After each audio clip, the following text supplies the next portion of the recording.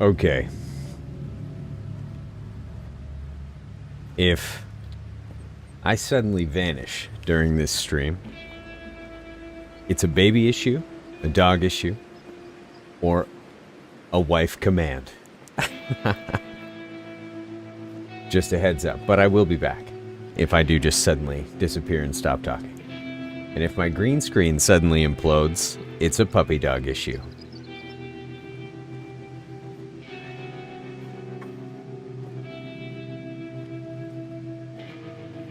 Welcome back, or welcome to the 10th, I can't believe it's the 10th, but the 10th installment of the Big Iron Saga here. We are currently traversing the Holy Nation. And as a skeleton, you may know if you play Kenshi, that's a terrible prospect. So I should rewatch, I really should rewatch the last few minutes of each stream so I can remind myself what I was doing. But it seems that I've left a landmark here. It says bag toward town, which is terrible news. Like really terrible news. I don't remember if it's the bag that we have on or or did I leave? Did I cache and stash a bag closer to town? And which town? This town? We're going to check. It's not recommended to backtrack as a skeleton in the Holy Nation, but here we are. As usual, if you're here early and you're hanging out for the beginning of the stream, I would appreciate if somebody would let me know if they can hear me over the music. They can hear the game, and they can hear the music.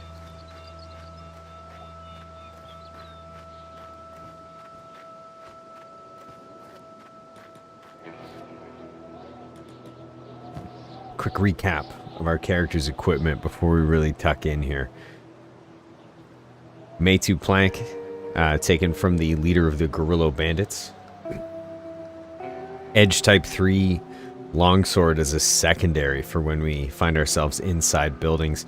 We're also playing a little bit with martial arts, heavy weapons, hackers, sabers, all above 40 right now. That's looking good. Crossbows is at 15. Crossbows, I just like crossbows in the double digits. We'll find time to really focus on that. I always kind of reiterate this when I'm going over my gear while playing a solo Ironman, especially one that I'm trying to...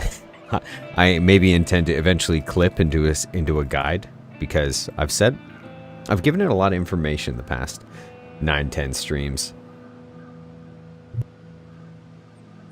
that I kind of wish I had when I first started playing Kenshi. And I think I'm going to actually make an effort to clip all that together, because kind of brings me to my next point. I'm watching a lot of guides. Not a lot. I guess I've been paging through, thumbing through, you might say, Kenshi guides, and a lot of them should be reframed, renamed, to be called exploit guides, because that's what they are. There's a lot of people who, say this is the best way to train your fighting, or I got a character up to so-and-so of a weapon skill within 60 days. 90% of that stuff utilizes grabbing a strong creature by subterfuge, putting him in a bed, and beating him up repeatedly. They shouldn't be able to attack you, and you can train relentlessly on them. Then just heal them up. Ice packs sound is good so far. So far, I really like the disclaimer. I see you've seen my streams before. Sound is good so far, until it crashes or something goes terribly wrong. Now, I think my intent was to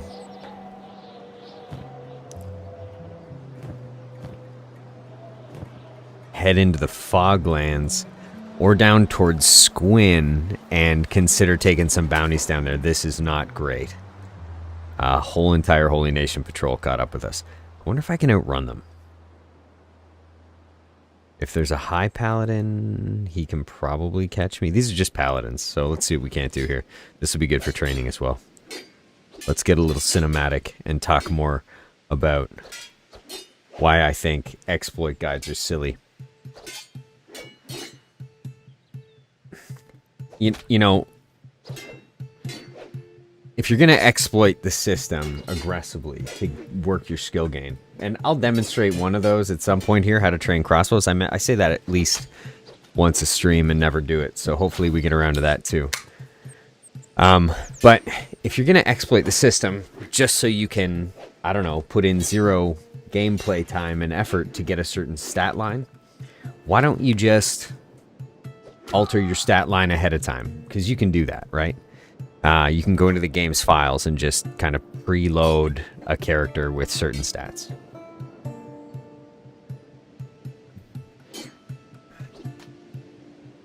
Can't believe Big Iron just devastated that Holy Nation patrol. I mean, it's not over yet, so they could get a lucky hacker hit. Or not. Or not at all. Or Big Iron is completely fine and hates the Holy Nation. Yay! So that's kind of my gripe with exploit guides. Like, put Animal A in bed, punch Animal until he dies, heal him, rinse and repeat, 90 martial arts by day 30.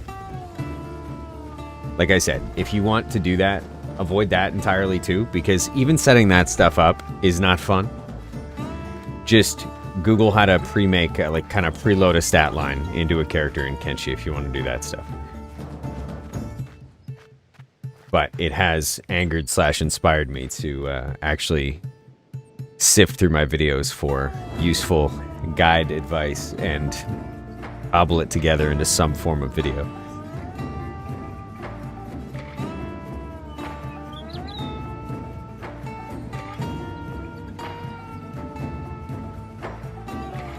Those guides, in my opinion, are a lot more useful if you want to, say, expedite an army's training, if you're playing a large group game, something like that. But small team and solo, very much against that.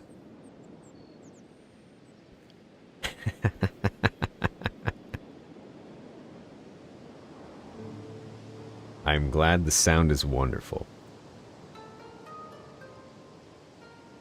Okay, let's talk about let's do a quick plan overview. And then let's set Big Iron up for some real, villain arc scenario here.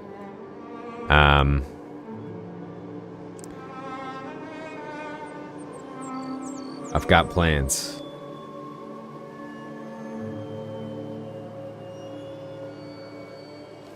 I think our first stop is going to be Mongrel. We're going to get some heavy weapons training out of the way in the Foglands. If you're a skeleton, training in the Foglands is one of the better ways to train against large groups. And the way that skill gain is done is by, amount of times you hit something. If they're better than you, it helps. But I find volume over quality, quantity over quality when it comes to weapon training.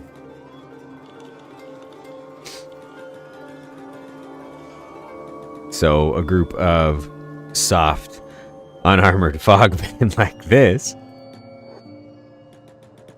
should go down pretty easily to Big Iron. Just slinging 160s.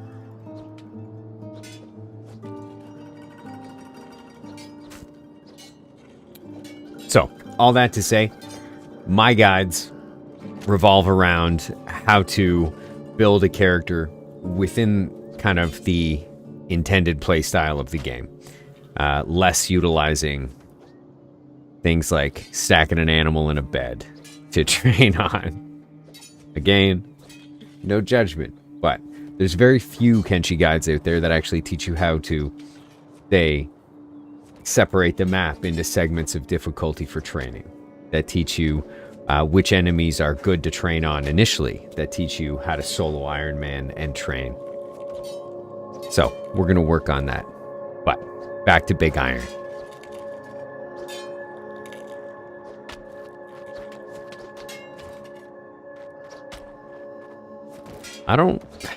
I think he's got this. I'd really like to run into a prince or two on our way to Mongrel.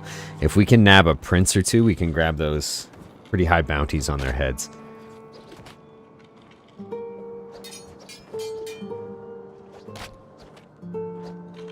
I had way higher hopes for the Holy Nation encounter.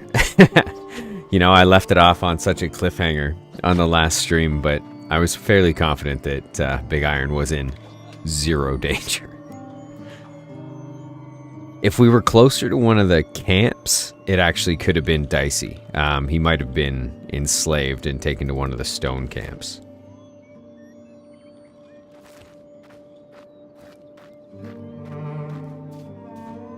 Oh boy. Any princes in here? Not that I can see.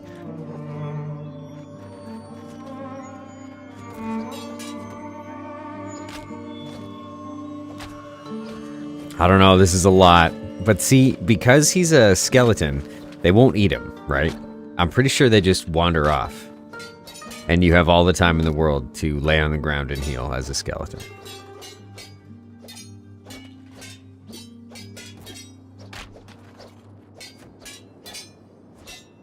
I don't remember who asked for it, but in one of the comments recently, somebody asked if I would try out a Star Wars mod for Kenshi. So, I'm relatively certain Big Iron will never die. I've said this a lot, though. However, when he does, I think my next Kenshi, or when I need a break. Sometimes you need a break from a character, because either the imagination fuel has run temporarily dry, or you just need to change it up a bit. So I feel like the next time I'm going to stream Kenshi and it's not Big Iron, it's going to be with a Star Wars mod set on.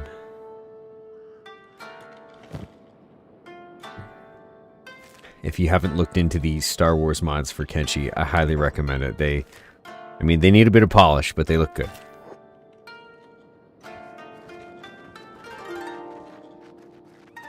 Okay, we're just going to avoid these guys. We're getting bleeding inside my chest. If I can avoid them.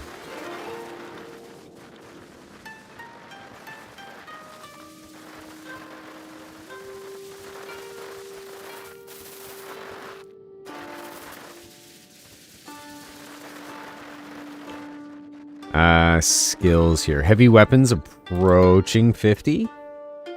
And for some reason we've stopped running towards Mongrel. His pathing probably ran him into a dead end.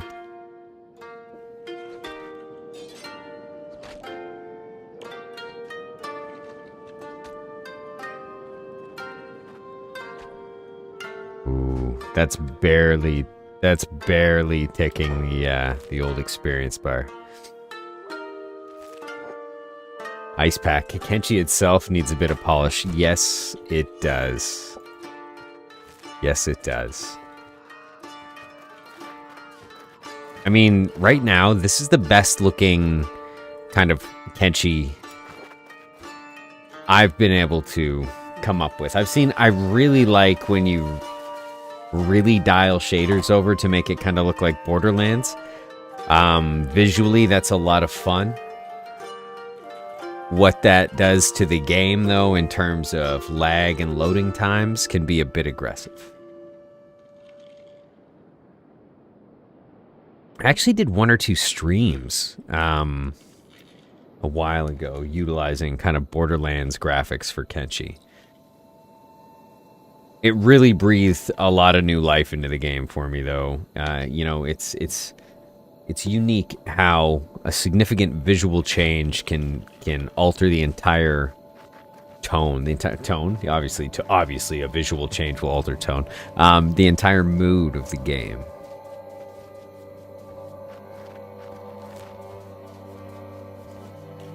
You know, when with Borderlands graphics, Kenshi became kind of more of a comic book adventure as opposed to a dystopian, depressing future.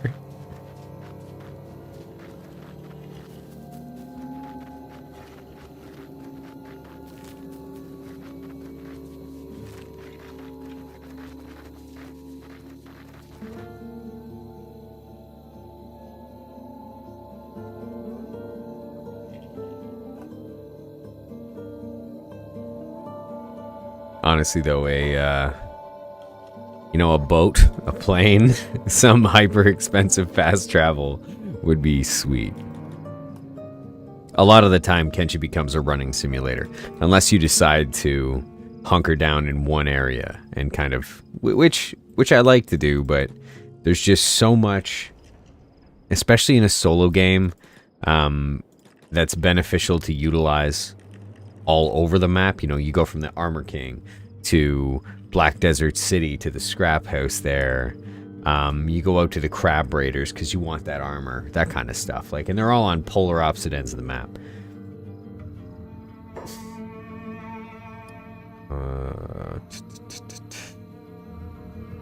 Let's trade. What do we think? Do you think that he had... was I carrying these for any reason or just to sell them? I'm certain I was carrying them for a reason. Oh, I know what I was doing. I was building a skeleton repair bed.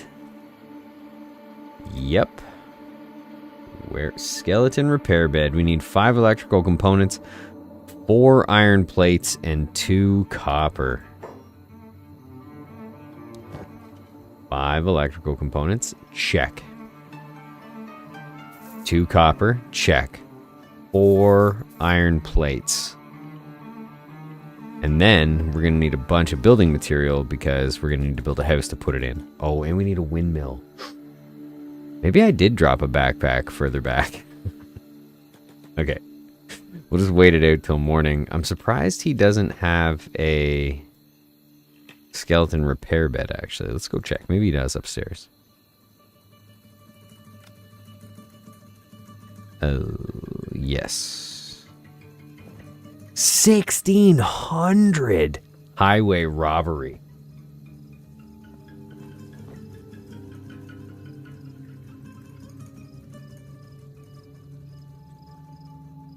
Half the danger of Kenshi is travel.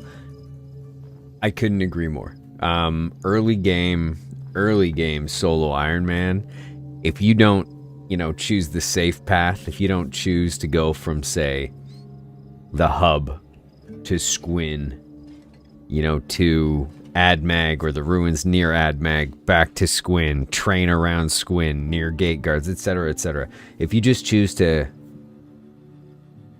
play organically, it's the most fun. Most likely you're going to restart the game about a dozen times, but if you watch the SumoCon series, that was a pretty decision-driven, what would the character do? And if the character wanted to go to the next town, especially in the United Cities, that's terrifying. Yeah, travel is gnarly in Kenshi. So we're gonna get our 1,600 cats worth of repair here. Unbelievable.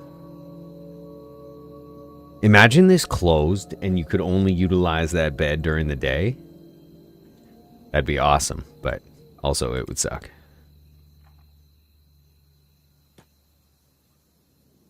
Okay, 4 in the morning. We're just gonna Skyrim style advanced time here, times 20. Wait.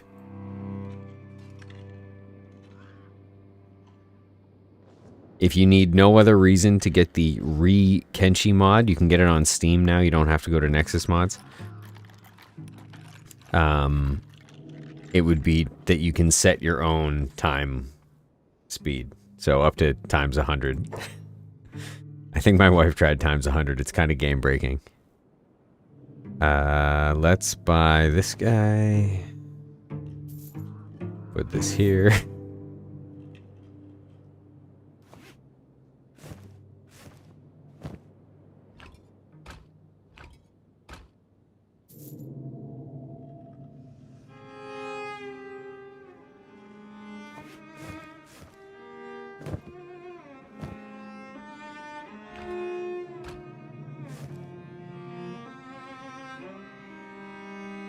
Okay. We're just doing some inventory management here. The other half of Kenshi that's dangerous is the Tetris half. Because a disorganized inventory will cause you a lot of grief and frustration. Unless you pause a lot. I pause a lot to loot. There are mods out there that I have been encouraged to try. No pause mods and fixed angle camera mods. Now, I've played with a fixed angle camera mod. However, it limits one of the things I enjoy most about Kenshi is how visually appealing it is. Despite the fact it's made in an ancient graphics engine. Not ancient. Okay, not that ancient. Just obscure graphics engine.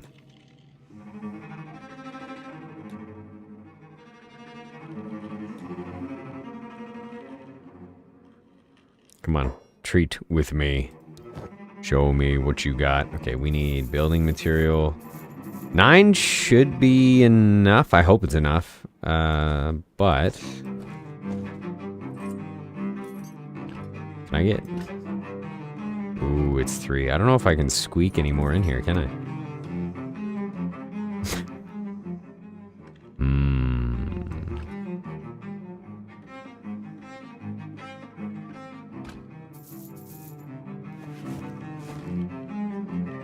So all I'm trying to do here is get enough for a windmill, which I should probably look into before we get too crazy.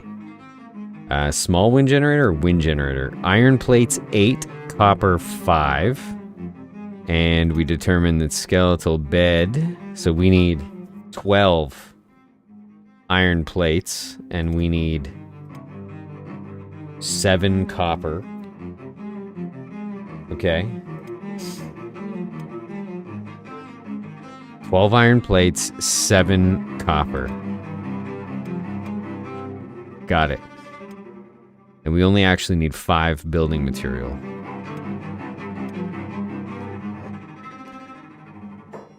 Okay. No, iron plates. 1, 2, 3, 4, 5, 6, 7, 8. Hold on. Did I say 12 iron plates? Or did I say 12 copper? Let's hope it's 12 iron plates and 5 copper, but that doesn't feel right. Power. Wind generator. 5 copper there. 8 plates. Skeletal table. 2 copper. So 7 copper, 12 plates. Cool. What do we have? We have our 12 plates. Now we need 3 more copper. Oof. It'd probably be pretty easy to mine it. That goes against everything I stand for. No, we're definitely going to mine it. Okay. So, why did we come to Mongrel? Why did we need the equipment to build the bed, to build the wind generator? Because our next stop is going to be a war zone. It's going to be a dedicated area where we need to remain in and stay in. However, there's no towns nearby. So I need to build a small camp, small house, skeleton repair bed, a means of powering it. Wind, however, is not that... Wind is not that reliable.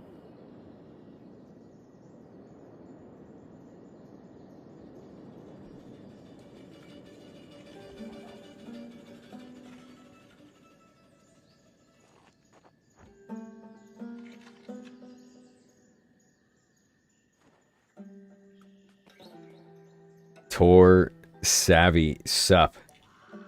What's going on, Tor? Rip Joel. Don't know who Joel is, but rest in peace. Ice Pack. Scotch. I have a mod that lets bandits steal your money. It makes bandits loot the player so much worse. Okay. Bandits loot the player is barely an issue, right? I'm always actually... It's so infrequent that I'm always surprised when a bandit actually loots me, or an enemy soldier loots me. Reavers are actually pretty cool for that. They'll take your weapons and use them.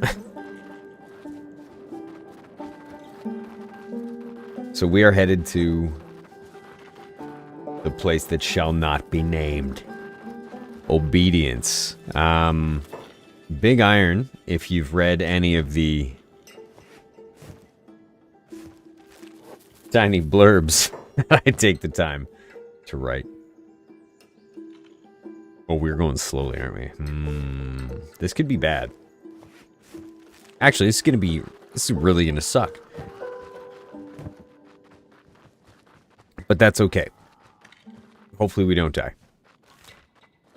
We're headed into Obedience, and Big Iron, as one of the last of the giant skeletons, you know, he woke up after a couple thousand years of his downtime, and all he and his old friends agreed that they would meet back at their old, you know, stomping grounds, as it were.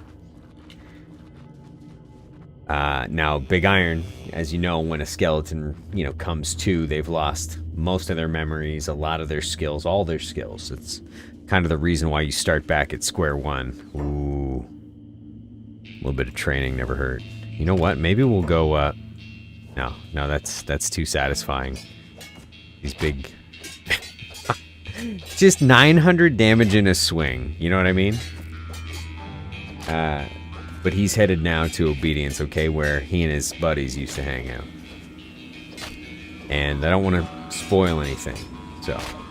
But if you know, you already know what he's going to find. And I think this encounter, if he survives it, is really going to shape how Big Iron looks at humans. It may severely alter his interactions with the locals.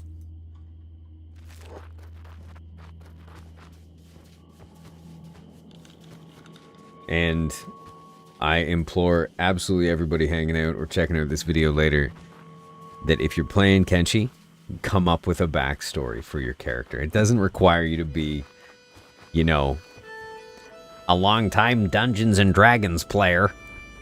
To have a smidgen of imagination. If you're playing a game like Kenshi, I guarantee you already do this in your head quietly. I just do it out loud in front of a camera.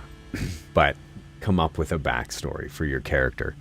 It will make, and let it, I mean, if you can let go of the reins a little bit, let that backstory shape how you choose to make your character interact with different cultures, different areas. Kenshi's been around for a long time, so if you're playing it, you've probably been playing it for a long time, or you may feel like you've played it out in a lot of ways. For me, the imagination portion of this game is what really brings it to life.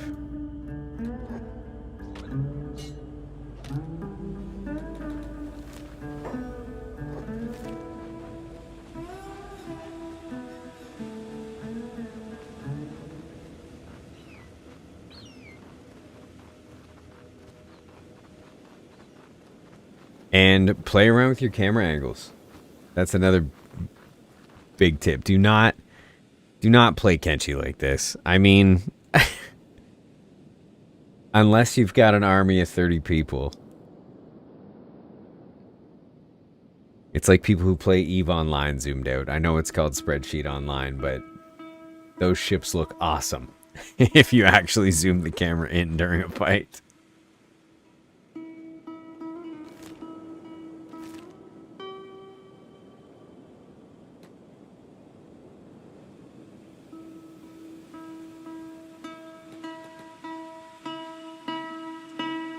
Okay, well, this is awkward for Big Iron. He doesn't recall his homies just sending out ground-born high fives.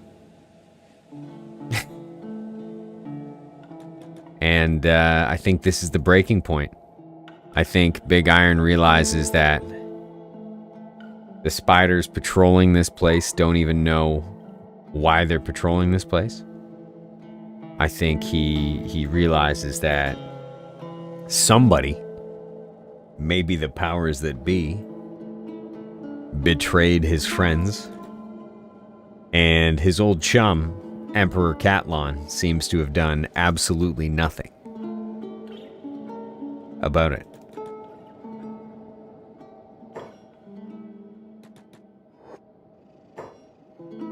And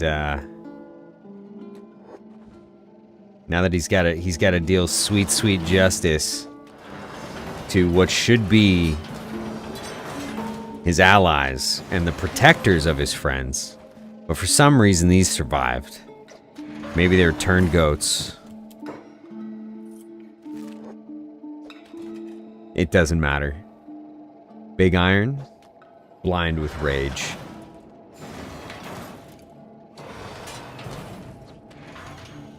If you are old enough to know what the internet connecting sounded like when it was dial-up, I want you to envision that that's all that Big Iron hears right now. And it's driving him crazy.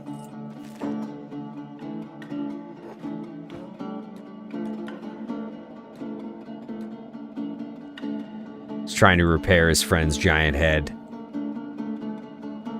but there's no helping him.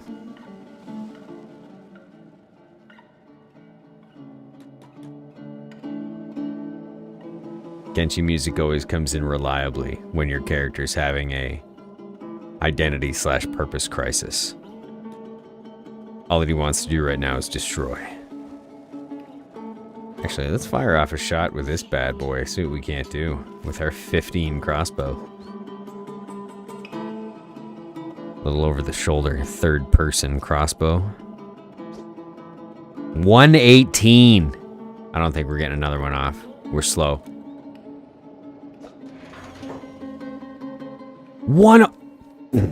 There is absolutely, you will not convince me there's a reason to use a less badass crossbow in Kenshi. Just go right for gold. Swing for the fences. Masterwork Eagle's Cross. Regardless of skill.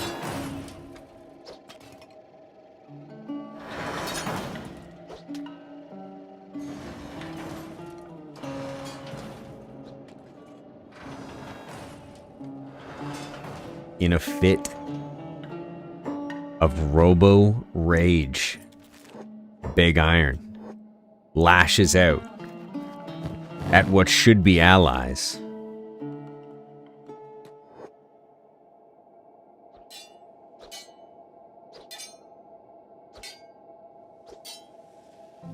The most boring robot fight ever.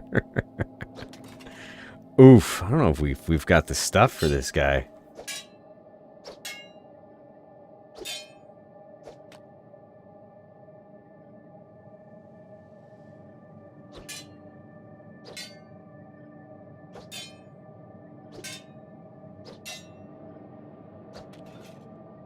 Big Iron, galvanized by his rage, as his dead best friends stare empty-eyed.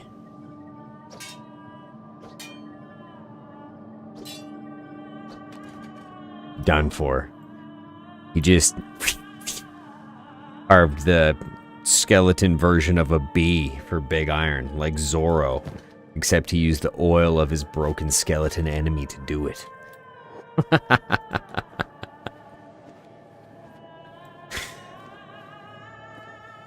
Zorro with Antonio Banderas shaped my childhood. So did 13th Warrior. Alright. Big Iron's cracked under the pressure. We're in obedience. He's losing his mind. His friends are gone. There's no awesome meetup. Now, super angry, he remembers hearing stories of a holy nation special operative. Possibly an ex-Phoenix. located in Watcher's Rim. Or Iraq. Watcher's Rim is actually just the rim of Iraq, so we'll call it Iraq. But I personally like to call it Clendathu, home of the bug.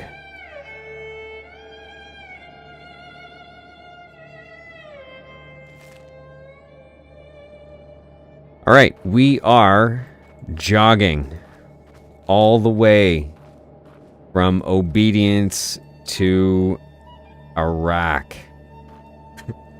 Iraq. I want to say Iraq, like arachnid. not to be mistaken with Iraq.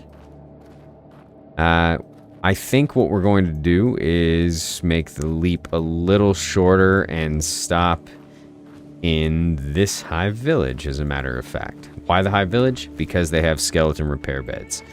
Because it's a long trip, and we're far away, and I might die, and it's a solo Ironman, I'm going to leave it on 1x speed, and I will be right back.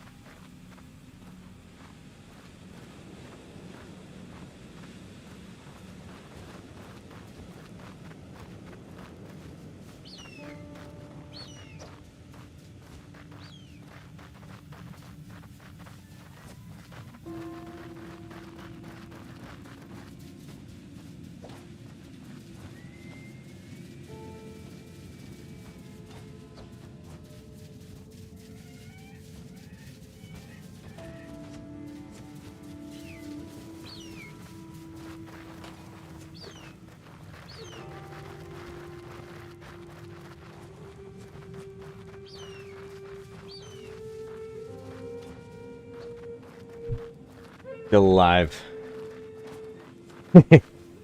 Best case scenario. I was considering walking it. Alright, but let's speed this up. I don't want to tango with any Fogmen. I want to get Big Iron positioned. He's enraged. You know what? He is enraged. Maybe we are going to tango with some Fogmen. And this is what I'm talking about. It's these little, tiny, character-driven decisions, for me, that make a playthrough that really add depth to a playthrough.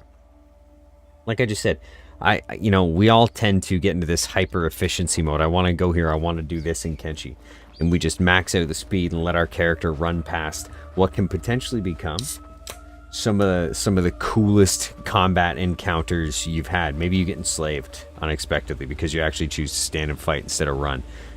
And that leads to a whole entire new character arc. Maybe when you're enslaved, you lose your masterwork armor, you lose your Mei-2 weapons, and you can't get them back. Or you make that your whole entire mission to get them back. We did that one stream mean, I think it was a Sumo Con stream even. It took me forever. It took me like an hour and a half, I think. Repeatedly raiding, getting imprisoned, escaping this Holy Nation camp to get my Mei-2 weapons back. It was utter madness. Chaos. I never would have done it if I wasn't playing that character, you know, kind of organically. Letting that character's interactions throughout his time in the game make the decisions. Which is awesome. Right now, he's enraged, right? Anybody who challenges Big Iron is getting the obedience smackdown.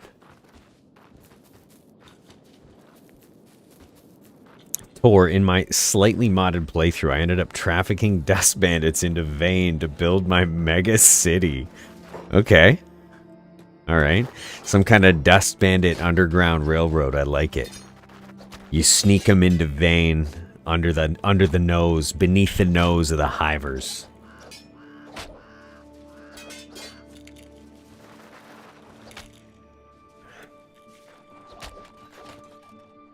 Unbeknownst to the Queen, a new colony is emerging. But now you've got to feed them. Yeah, feeding an entire army of people sucks. You know, I'm kind of spoiled in a way. Primarily playing... Come on. What's going on with this camera? Primarily playing solos, right? I've got a lot of faith that Big Iron's going to be fine here.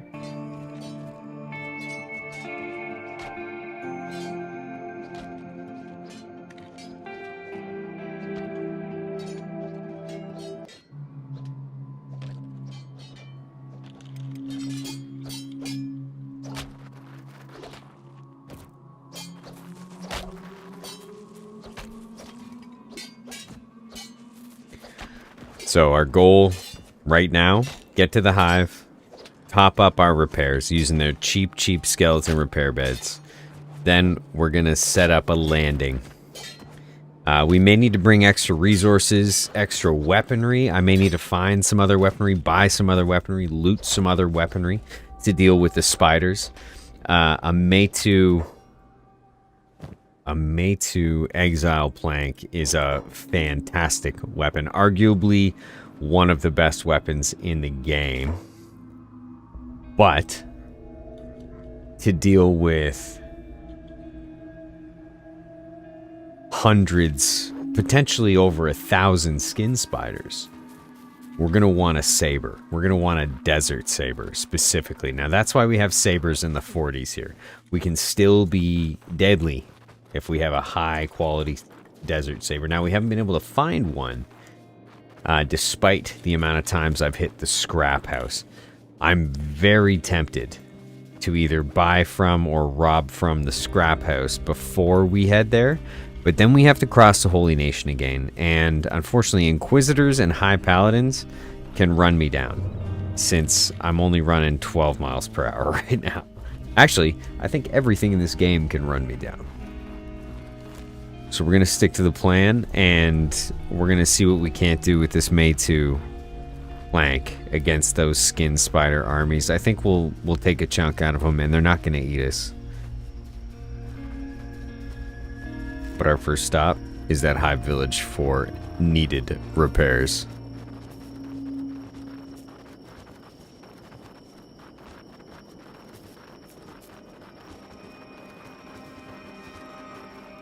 If you are hanging out in chat or catching this video later and you want to tell me in the comments, I'm interested to hear what everybody's preferred race to play is. For me, it's got to be Greenlanders.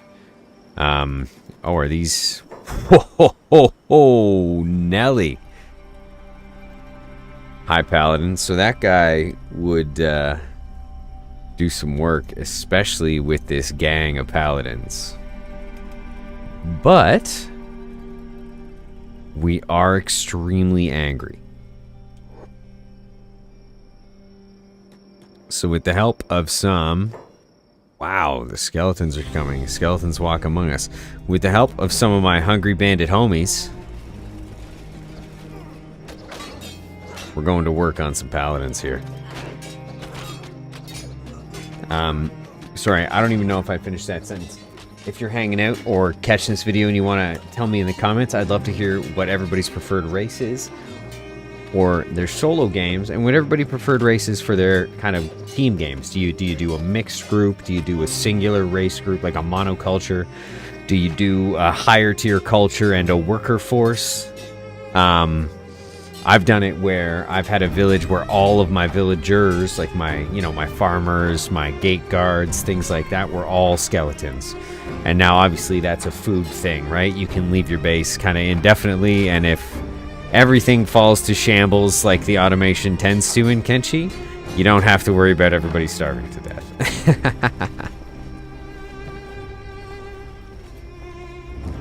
Icepack says Scorched Landers.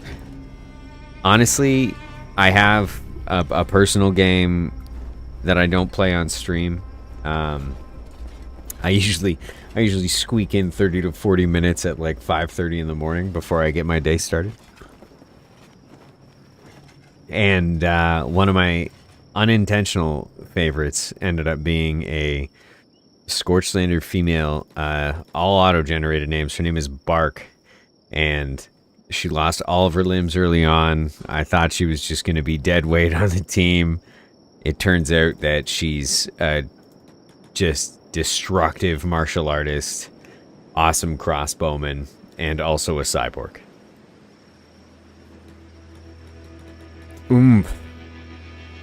Kill. Just kill. I think he says it again. Bark Furiosa ST. Absolutely. That Mad Max Furiosa wasn't too bad. It was a pale shadow of the first one, but it was pretty good.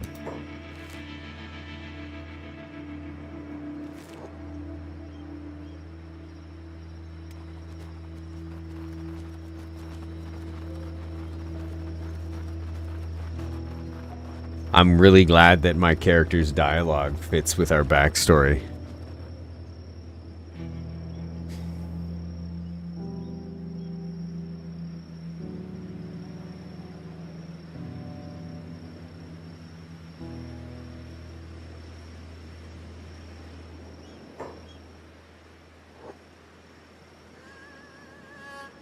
Yeah. I'm pretty sure I saw Fury Road in IMAX like 3 times, and I never ever do that. Nomad Animal Trader. I am tempted. I'm really tempted here to grab a pack animal. Let's do it. Pack beast, pack beast, pack beast, pack beast, pack bull, pack bull, pack bull. Pack bulls are not as strong as wild bulls. But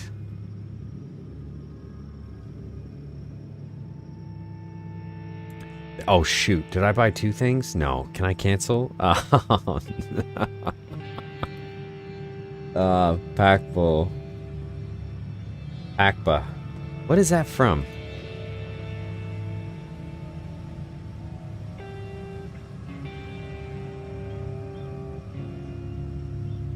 Pack bow.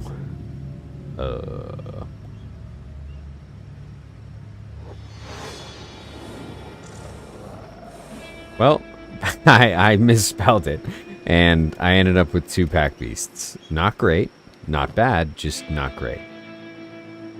I think we're gonna take the one that I spelled correctly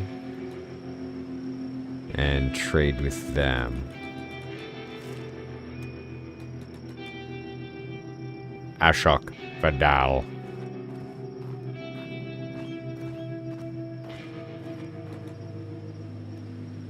Oh, that's where Pac was from. You're right. A fantasy novel called, novel series, I think, called Sons of the Black Sword. Whoa. Oh, no. No, not great. Okay. We are about to do some stuff here.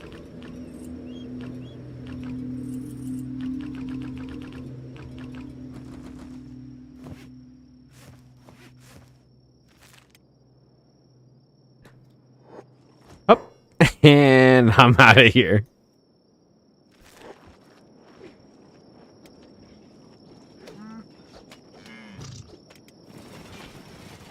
There's no way they catch me. Oh, they're definitely gonna catch me. Come on!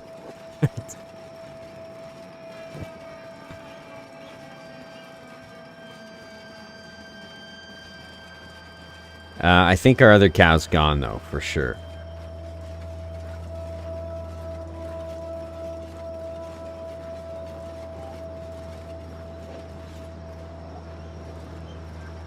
Now, where is this route gonna take us? We're going right past Stack, really? Can we just go straight down? There's gotta be a straight down option. This is not great. We're gonna have to fight, and they're probably gonna kill the cow. Small chance they all just run away. Very small chance.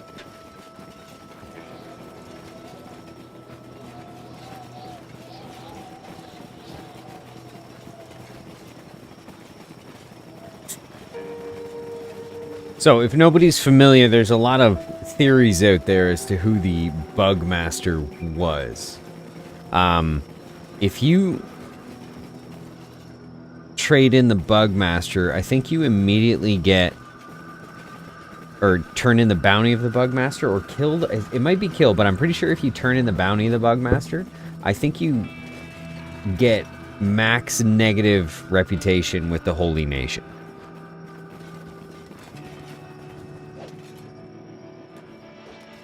Or I'm imagining that. But I'm pretty sure that you do. And you can't turn him into the Holy Nation. He's not wanted by them. So I believe that the Bugmaster has an affiliation with the Holy Nation in some fashion. Okay? I've read a couple theories that he is potentially used to be a Phoenix. Which is the religious / military, kind of emperor figure for the Holy Nation. These wonderful people that hate skeletons, women, scorchlanders, etc.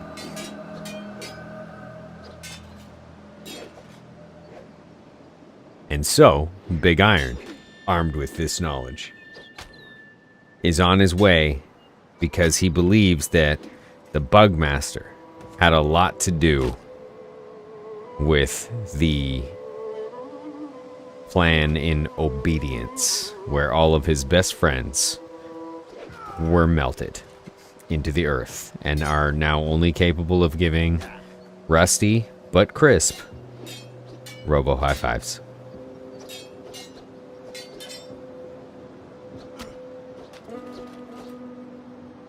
They don't hate him enough to persecute them, but they're pretty shitty to them verbally, right?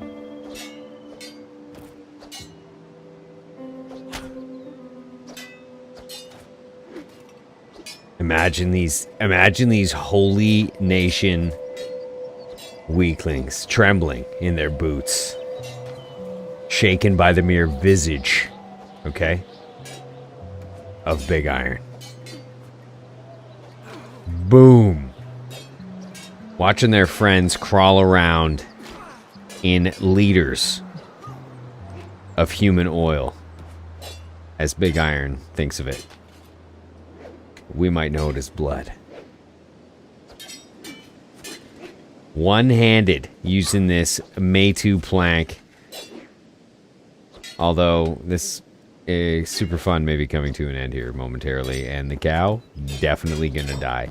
I don't know if I do have a first aid kit and a splint kit. We're good.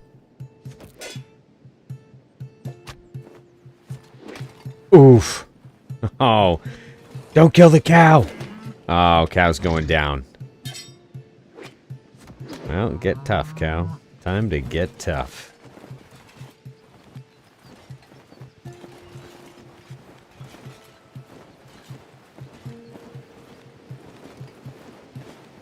Scorchlanders are pretty prolific in the UC, but I'm telling you, bring a Scorchlander around the Holy Nation.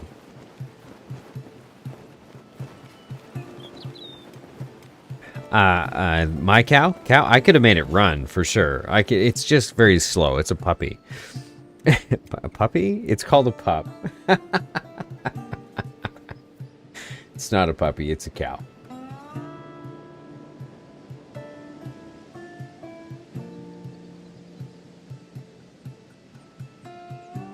Come on, can you guys please leave? Wow, they are hanging around. So Big Iron's good, and we need to save Pakba before she dies on us. And Pak Bop is in a recovery coma, but surely on his way to death. Maybe I can just get rid of this little guy. Dismiss. There we go. Just got rid of some of the dead weight. And he's alone now. Great. Somebody else will claim him. Let's heal ourselves. Ow, come on!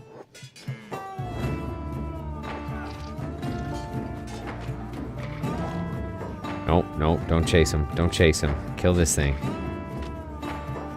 Heal the cow so the cow doesn't die. The cow is 100% dying. Get out of here, hungry man. Are you kidding me? Did I just get taken down by a hungry bandit?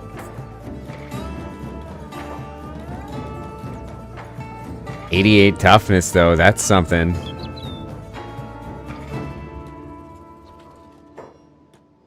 Heal the cow. Heal the cow.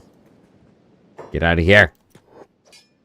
No. No mercy. I can't even tell you. This has taken this whole imagination, organic play thing to another level. The fact that my character auto-generated with a dialogue pack that completely fits his hyper angry against the world backstory.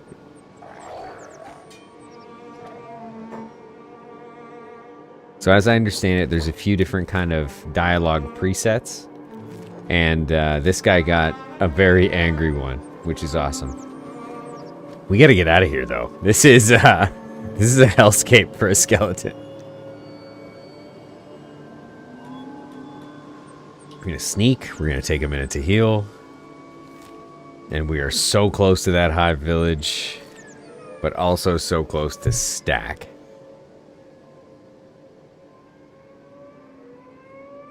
This will be great for stealth, I think. Not terrible. If we were near people, it'd be going up much, much faster.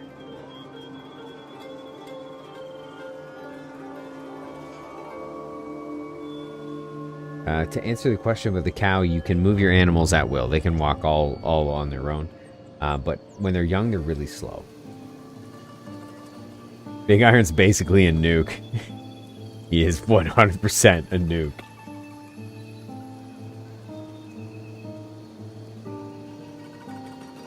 He is a ticking time bomb for sure. The more he gets pushed. 88 toughness though. Day 48. I am pretty happy with that. And let's find ourselves a beak thing nest, shall we? And let's get rich. Because I have... Uh-oh. Okay, so. Potential downside to my plan. The beak things... knock me out. And then eat my cow. Very likely. But I really would like the beak thing eggs.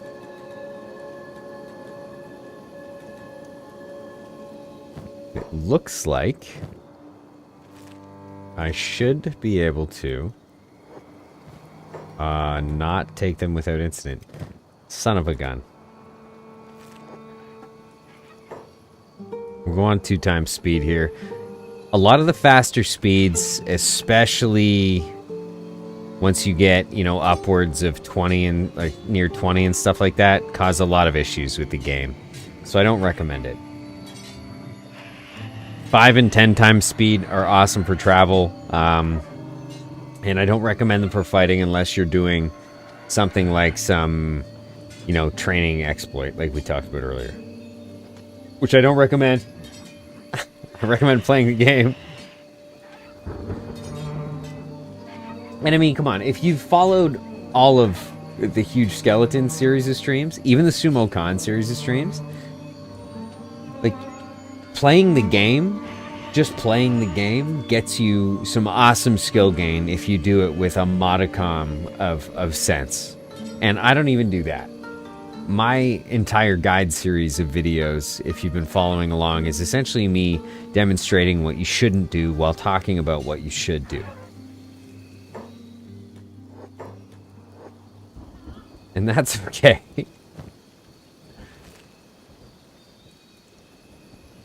Let's just get healed up here. Grab these beak thing eggs because they sell for a ton.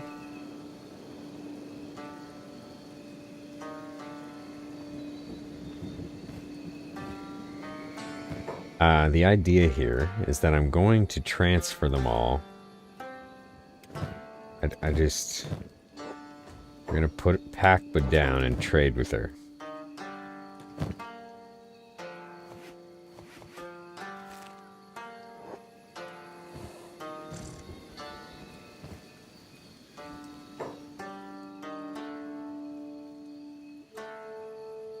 Then we're going to pick her back up, though, because she's not that fast yet. We got them all. Awesome. So, beak thing eggs. Fantastic way to make money. Fantastic way to make money early game. Even if you're something that can get eaten. Especially if you're a skeleton, because they're not going to eat you. Early game, they may do enough damage to kill you. But especially if you're a skeleton and you need money in a pinch. Which we kind of do. We have 52,000 cats. Which is a significant amount of money. But it's not necessarily enough. You know, you want to be able to buy a house anytime you hit. You want to be able to... you don't have to. It helps, though. You want to be able to have a spot in each area you go to. Especially with the skeleton, you want to be able to get the skeleton repair bed up and running. You want to be able to get the small house with the windmill. So you can actually start heading out to more distant areas without having to rely on towns and cities to sustain you.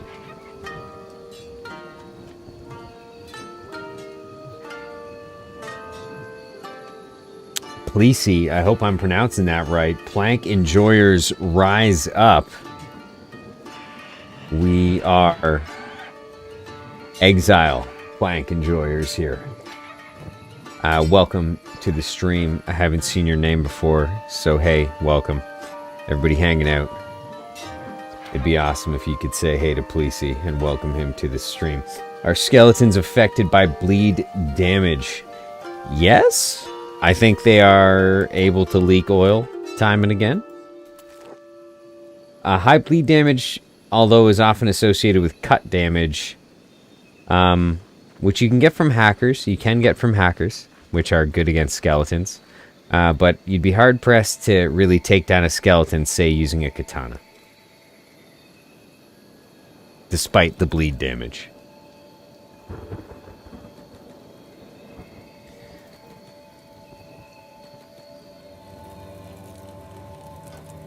Whoa, no hive. Chill. We're putting down Pakba.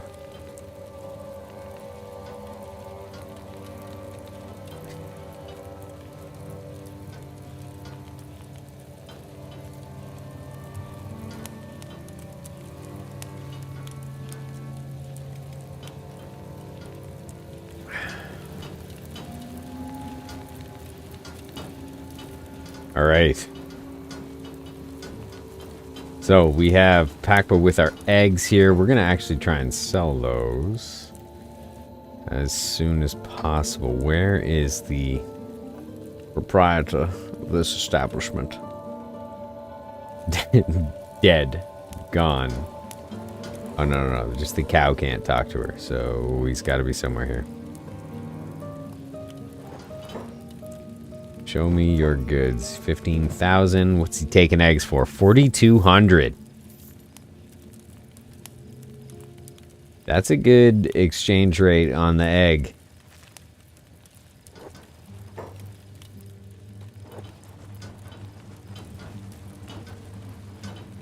They're affected by bleed damage, but have a 0.1 bleed rate. Okay.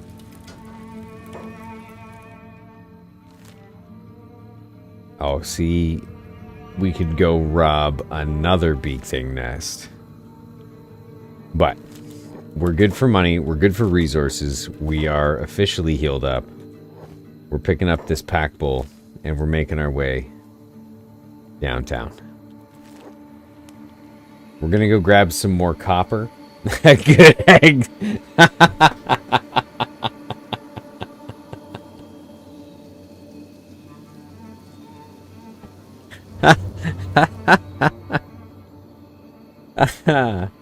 Yeah. That one got me. That's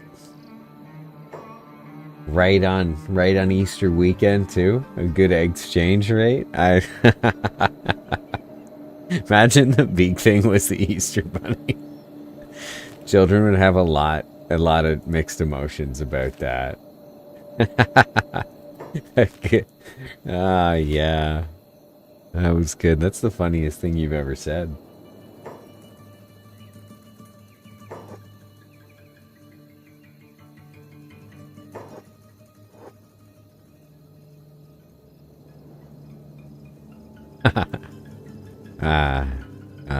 It's good. It's good to laugh.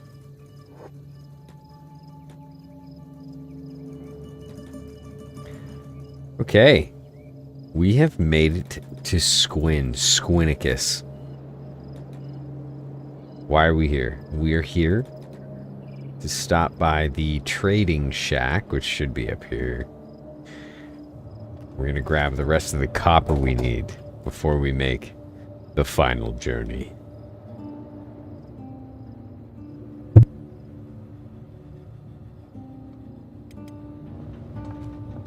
When we inevitably go to destroy the holy nation, I am going to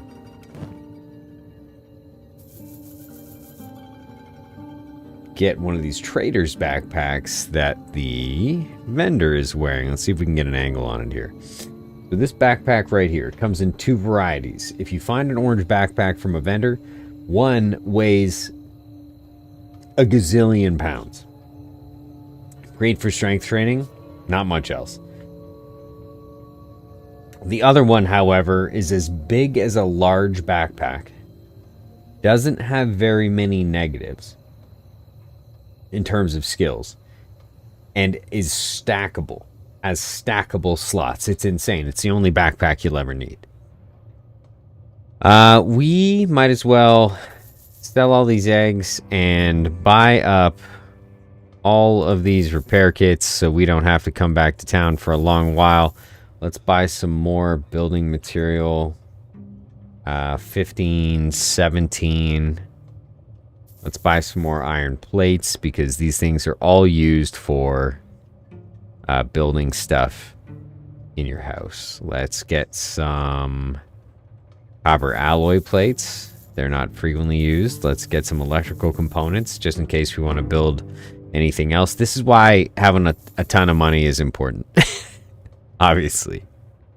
And let's get some rugs because we're not living in a slum. Okay? And some leather. We never know what that's going to be good for. I could grow crops. Is there a point? Not really. I mean, feed the cow, maybe. We're going to have to get a lot of cow food.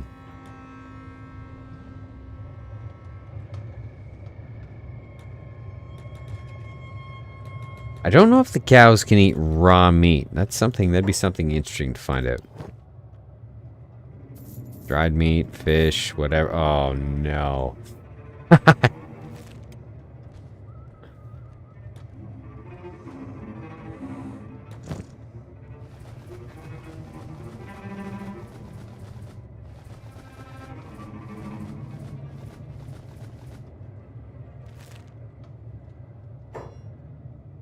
Pro tip, if you're buying from a vendor and you have a pack animal, talk to the vendor with your character, then just select your pack animal's inventory, and you can buy directly into their inventory. Save yourself some time. The Preacher. Let's take a look at that bounty. We'll throw that in there. We'll throw Tora the Gutless. Tora the Gutless. It's funny that the bounty says Tora the Gutless because she calls herself Tora the Fearless. Now, why are my stats so low? Equipment bonuses. Melee defense -4. Gotcha. Let's pick up the cow. She's slow. Actually, you know what? Let's work on the cow's athletics. If she dies, she dies. Let's go to group speed here, and let's make our way towards the Bugmaster. Oh, that is slow. 9? Whew.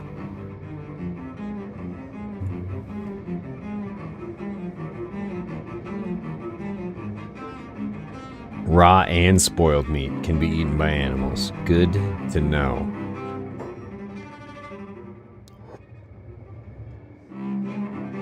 You, Tin Man. They're not nice to a...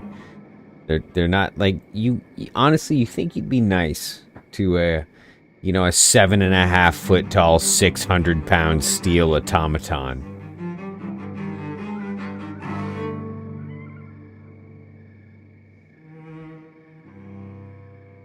Maybe that's just me.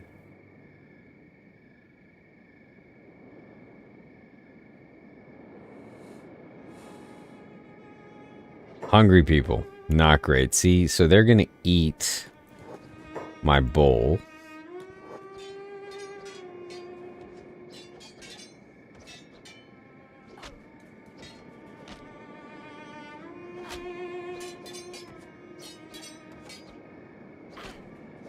Yeah, if you didn't catch the stream where we got the Meitu plank, I actually used the white gorillo, the great white gorillo, to defeat the Gorillo Bandits.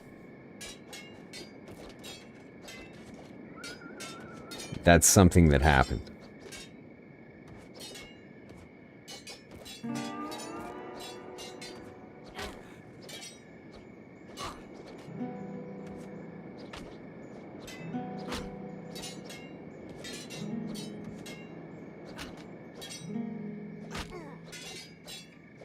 The Big Iron's not extremely happy with people right now, humans in general.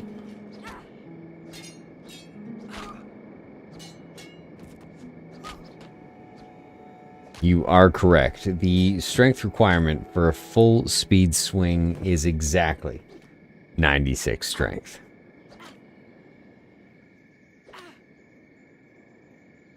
One of the better ways to strength train is to use a weapon that's too heavy for you.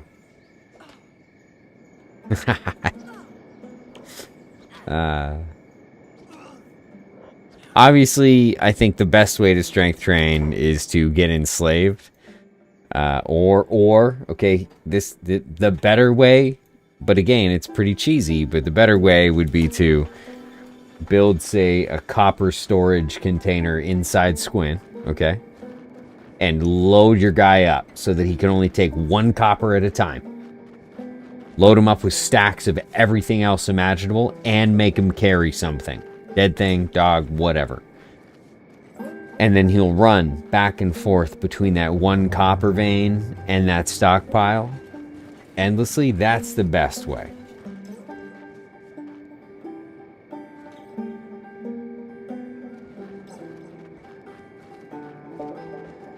Hot take.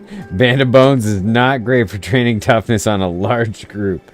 I would only do that 1 at a time. You get toughness, exponential toughness bonuses from getting up and trying to fight in a larger, like when you're outnumbered, right? That's kind of that's a big part of it. Oh yeah, the exiles just straight up die if you spend too much time in their pocket. You're 100% right.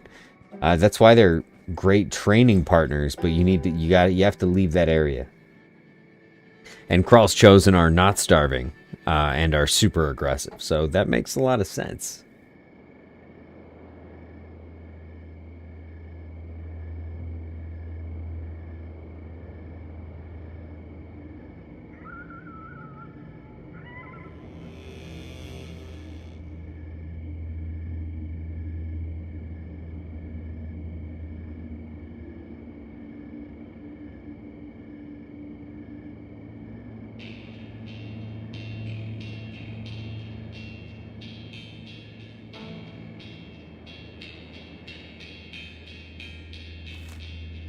I do like the exiles, you know. I don't know that I've ever spent enough time there. I think you're right. I think you're right on something though. The group training is probably the determining factor there. It's great for solos. Laura tied to a hive caravan. Hopefully you got her body and took her in for that bounty.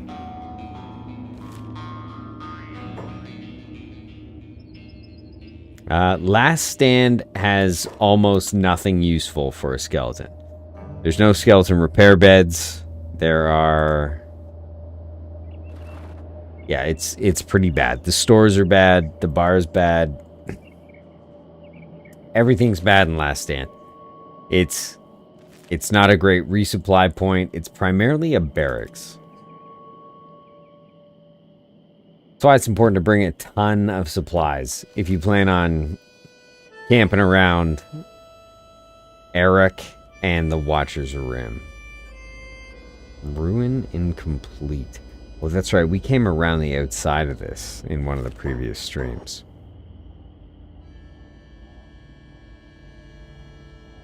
I've also seen entire cities die to hive caravans, though, so...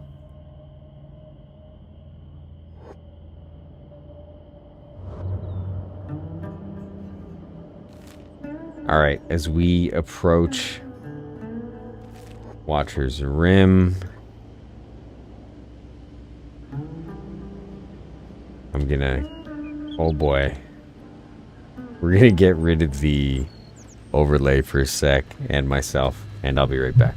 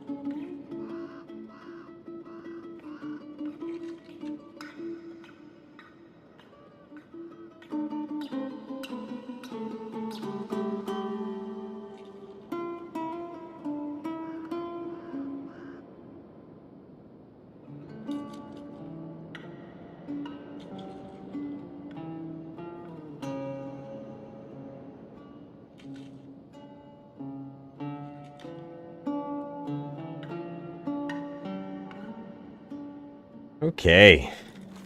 We've made it. Watcher's Rim. Now's the time. We're gonna have to find a place in here that's not complete suicide and try and build a base. Now,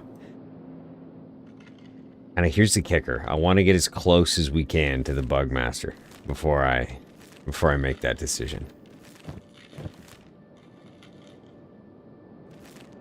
I think at 18 miles per hour we can outrun all the skin spiders. I think. Don't quote me on that. Not gonna make it into the clipped guide video.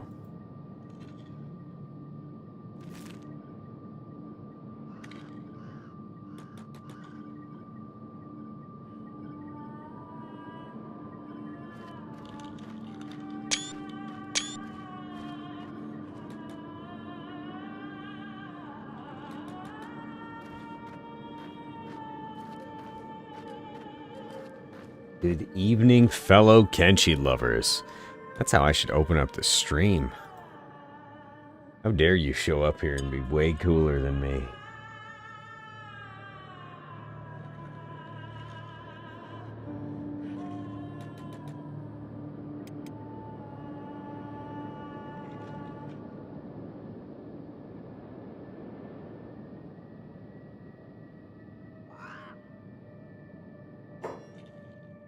Okay, moment of truth. Let's see if we can outrun the skin spiders. And get ourselves a little bit closer to the Bugmaster. Pathing in here is nasty. If you couldn't tell. There's an outpost here. Let's aim for that.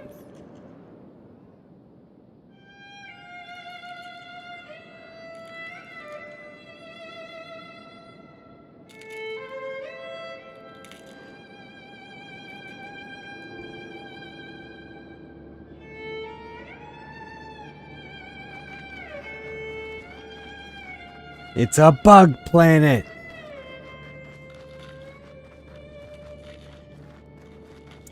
Any Starship Troopers fans hanging out?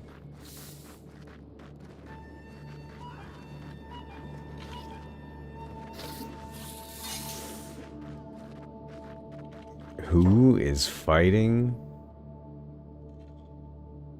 Bounty hunters. All out here looking just like Big Iron. Uh-oh. Okay, we're doing the bottom walk here. Now there's an issue with this. I don't know if the skin spider can attack us on the bottom of the ocean. But even if it can't, it's following us all the way out.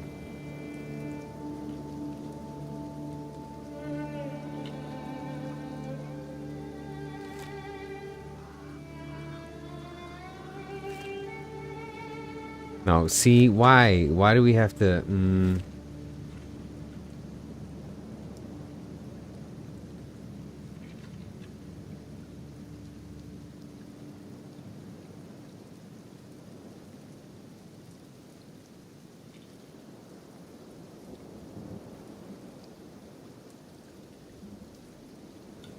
I started another... insane!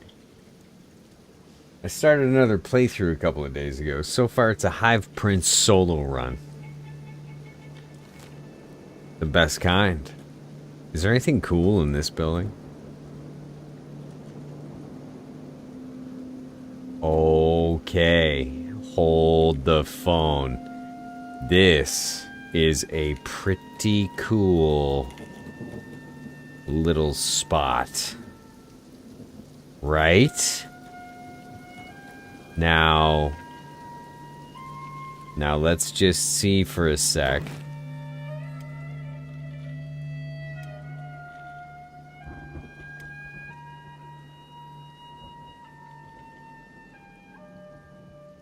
Are you sure? Are you sure I can't build it here? Oh, it's another town. Ew. Or can we build one? Okay. Okay, kind of up here. Okay. We'll figure it out. Forget it. We can't leave Pakba unattended. She'll get eaten. It's got to be the outpost, right? It's got to be the outpost up there. That's him. That's him for sure. So if that's the outpost, we have to find out if we can build a house here, kind of. Here would be ideal. But plan B is build one here. And, oh wow, no, not gonna work, okay.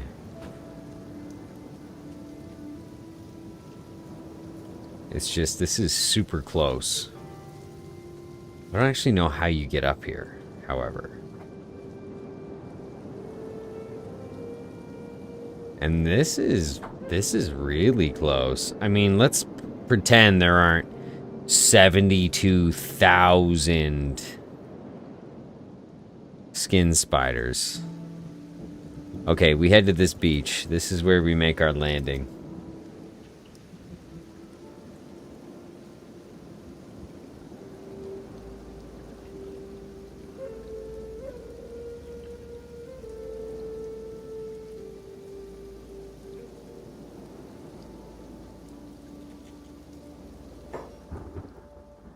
Oh, bounty hunter. Well, hello.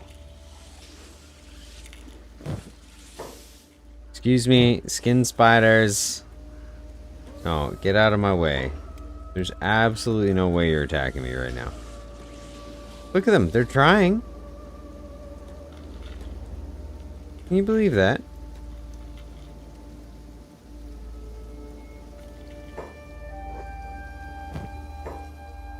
So we had a moon cleaver. Oh, cool fog mask. Decent rusty chain shirt. We could sell that for 4,300, but I don't care that much because I can't wear it. Okay. So where did we determine?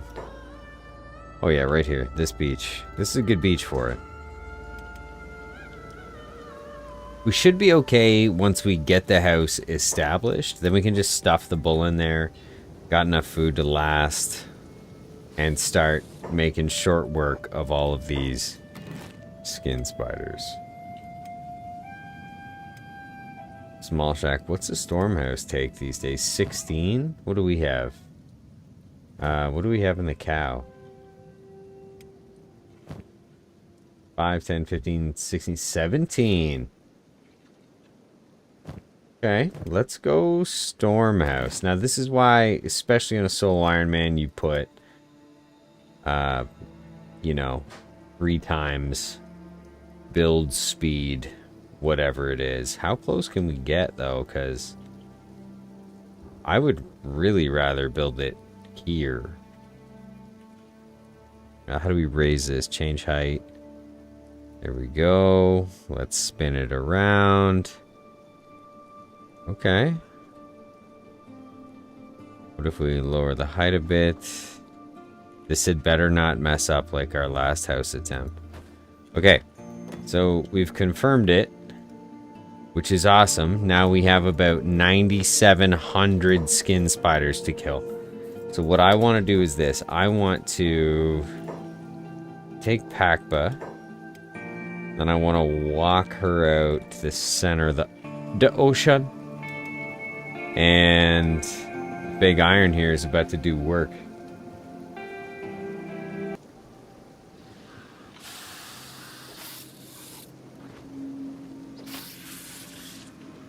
He slices. He dices.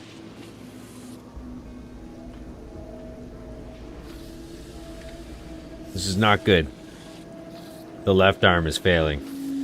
So, best way to do this would be for us to get... Oh my goodness. Would be for us to get... Holy Hannah Montana. They're just gonna sit here and hatch me like an egg?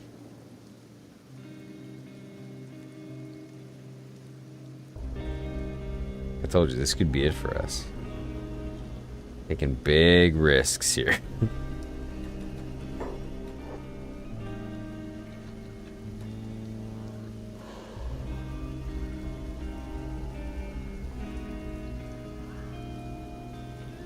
That left arm was almost awesome. If we had lost that, whew, icing on the cake, really. I find it kind of strange, though, that you can get better limbs than, you know, a skeleton would come with. So let's get weird. We're gonna click open to public on your outpost. Oh yeah, Saber is the goal here. I actually tried the scrap house twice and got no... I think it's the desert saber that does extra damage versus spiders, but I got no joy.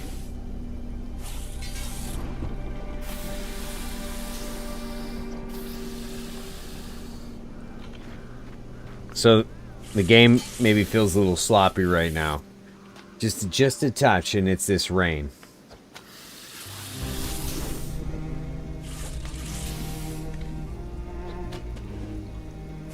I mean, yeah, with the saber in question, like with the Meitu version of that saber, you can hit these guys for 200s.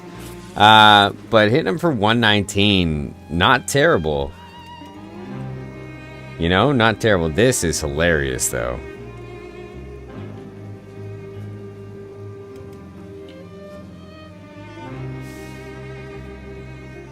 So the only issue with this is that we're going to have to constantly be kind of sneak healing with Big Iron. We have to bring him as close back to full health as we can before he gets involved, right?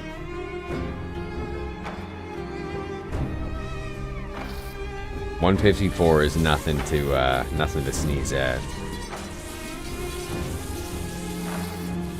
I think it's the 3 times attack slots and their attack speed.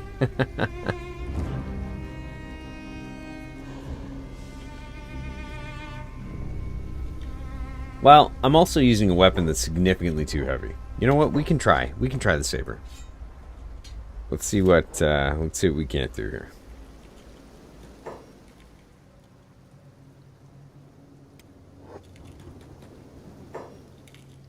There's the house.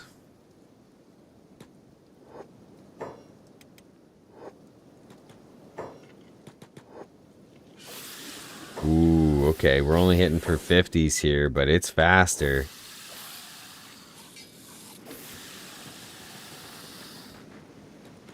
Oh, no way! Allies! Okay, so we made the base public, right? And one of the side effects of making the base public is that nearby NPCs are going to path to it. Alright, let's bring the cow.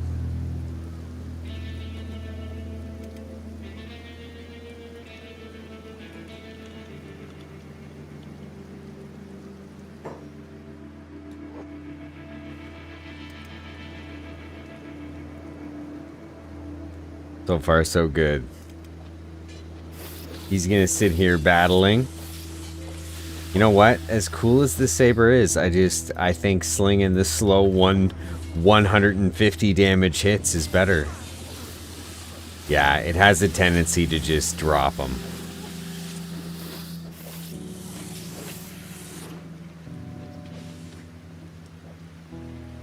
Really awesome that my bounty hunter friends came to help. This is one of the kind of cool things about Kenshi, right? Uh-oh. Cow down.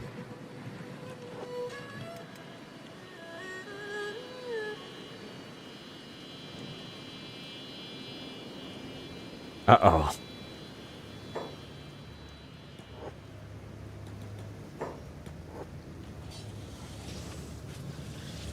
No.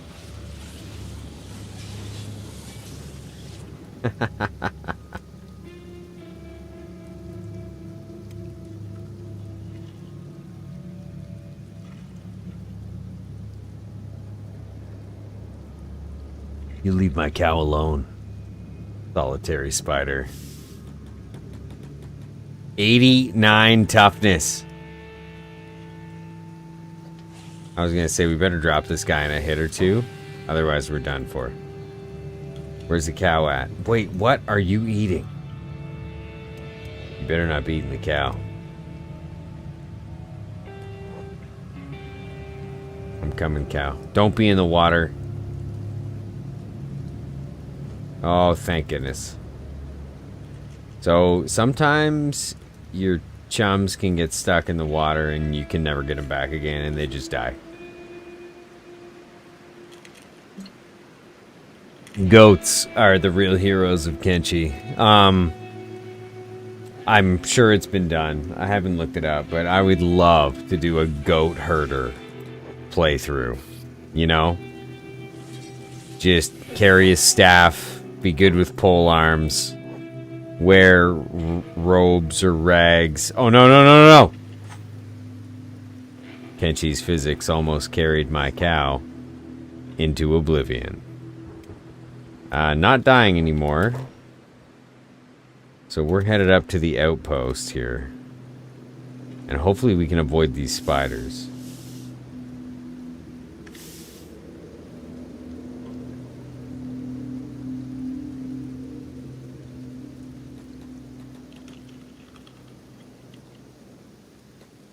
Okay, we've got some bounty hunter friends, which is awesome.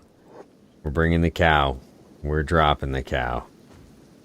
I'm going to heal myself, and we're going to trade with the cow. Trade, first thing. Trader's backpack.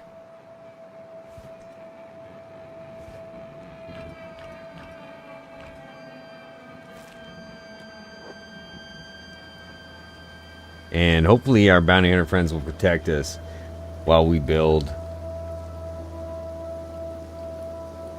our tiny outpost here. This is, I mean, this is really working out.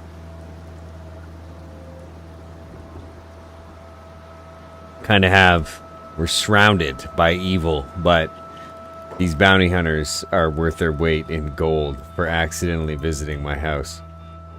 They're all dying a little bit, but they've high skills and decent weapons, which means there's a good chance they're one or two shotting a lot of these skin spiders, although that looks like a nasty push. And building a building alone can be take a long time. Once it's built, though, things should get a little better here. I don't think they're going to bug us. I don't think they're going to try and break down the door. They haven't tried to... See? This guy is destroying them.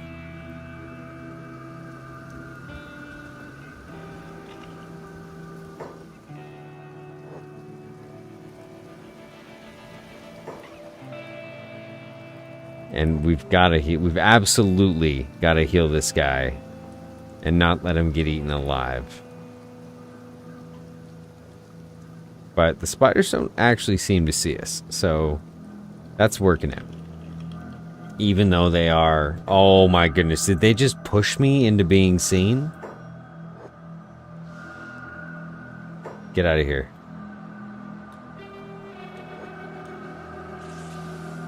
Oh, I'm gonna get stuck in the house. This is terrible.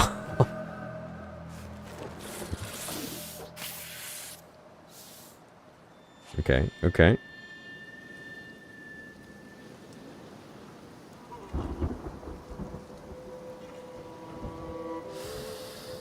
Oh, there we go. We've got friends in the background helping out.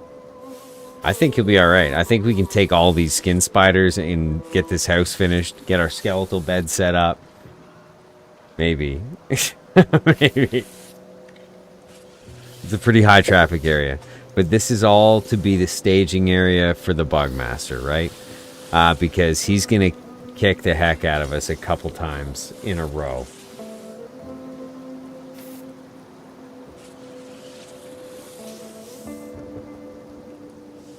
So, if I was a Greenlander, I would not be doing this. If I was a Greenlander, what I would be doing is just building a camp bed in the downstairs of the Bugmaster's house. But you can't build a power source and a skeletal bed, I don't think. I've never tried. Maybe I will try. But right now, my plan is to build this tiny house.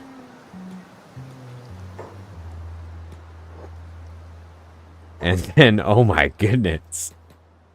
Why are there so many?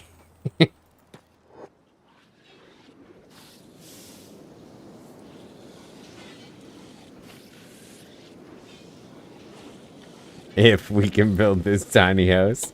This is insane.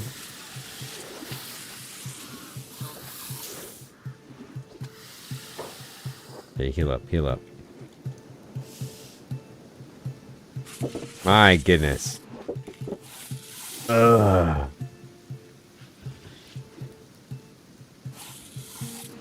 There's a leg? Oh, there might be a leg.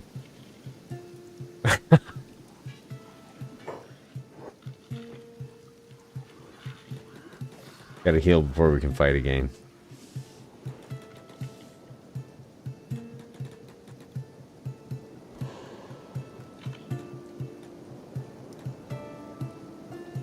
Okay, stay hidden. Finish the house. Heal the bounty hunters. That's the plan. Oh, come on.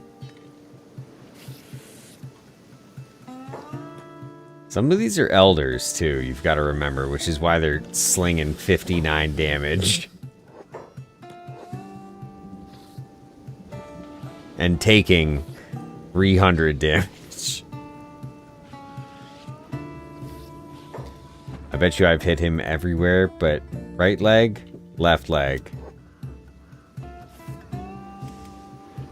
Even injured, the arachnid fights at 85% capability.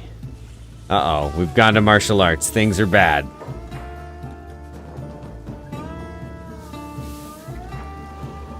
I'm hiding behind my staircase, and it seems to be working.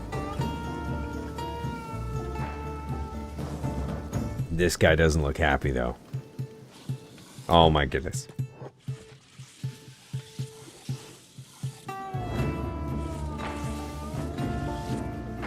We're martial artists now, which is awesome. Left arm might come off. Let's not get our hopes up. Oh no. No, no, no, no, no. You stay hidden. Don't move, sweet bull. Oh, she did.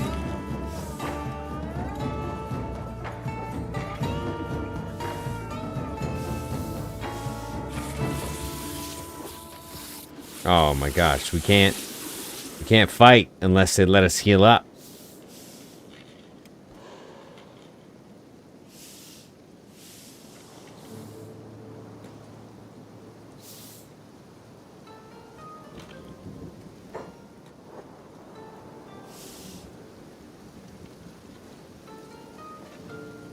Okay.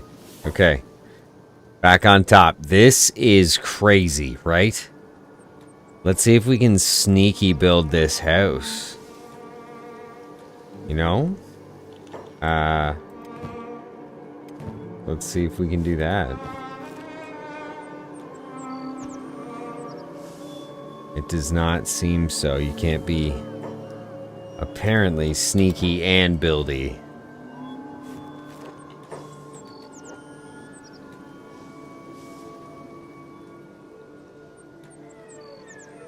I wish I could get up here.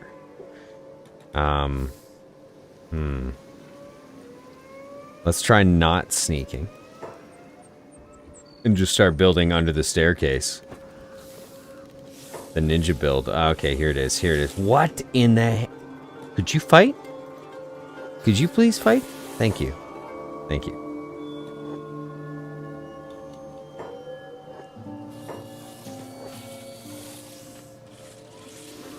Ugh. 89 toughness. That's also awesome. It kind of sucks. I think we can do this. I think we can do this.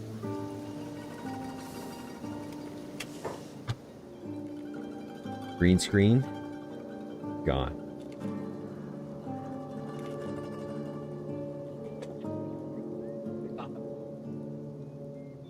Writing it. He's chewing it on the other side. Well, put him in his house. I think he's been okay now, but he just stepped. Okay. Oh, you're tired. Yeah, that's fine. Your chair. That's fine.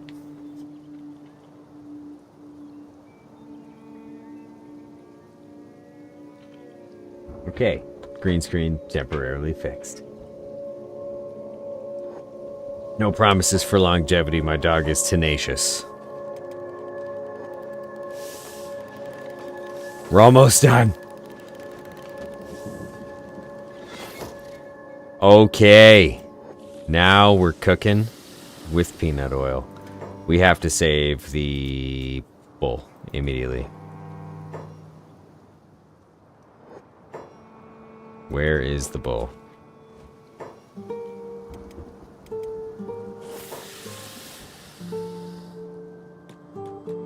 Inside, inside, inside. Whoa! Bottom floor is packed. Alright, please come up. Please come upstairs, sir. Yep, great. Put the bull down. No, we need to heal the bull. Can I sneak here and heal this bull? Okay. That should stave off the actual fatal damage she has received. Boom. We're taking teeth now because they're in the house, so we just want them gone. This is crazy.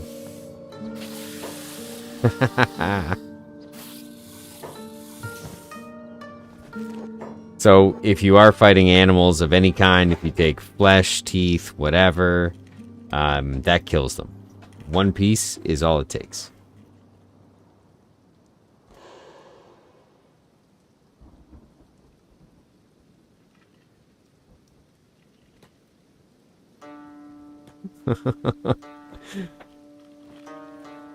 Normally, I would throw myself into the fight right away. But this is kind of make or break here.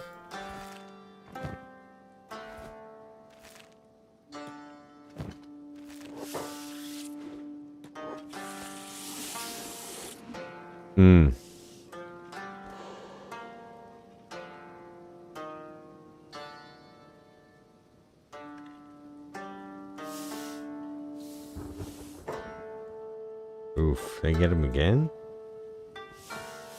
No, he's okay. So he gets a bit of healing in there, and then they almost always find him. Oh, and they're taking him out pretty quickly here.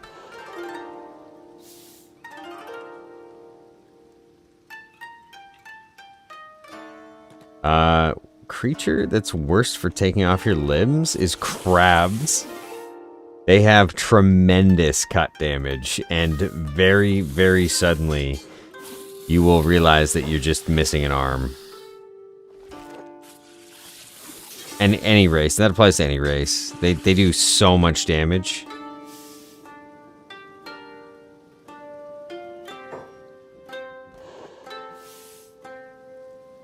Now, our toughness is the only thing keeping Big Iron alive right now. Ooh, but this could be bad. Could be bad.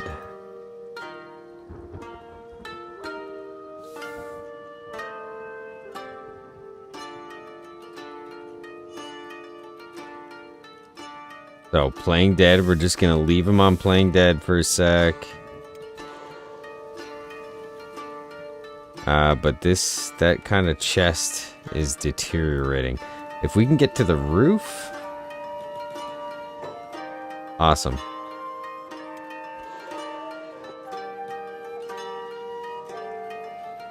Well... Pac was not gonna die exactly, so...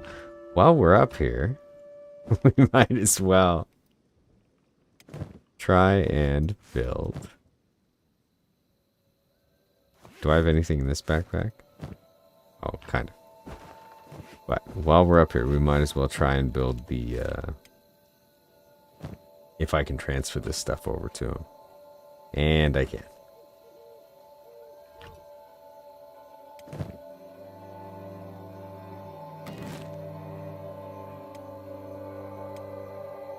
Can I not put it on the roof? Oh, that sucks. I really thought I could slap this on the roof.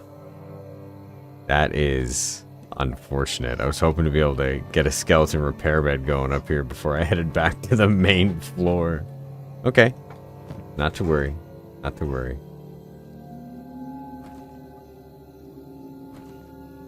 Just drag all this back down and go deal with the spider people. They're terrifying looking. Ooh, I could build a tiny windmill on the roof. I don't even know if I have the resources for that, though.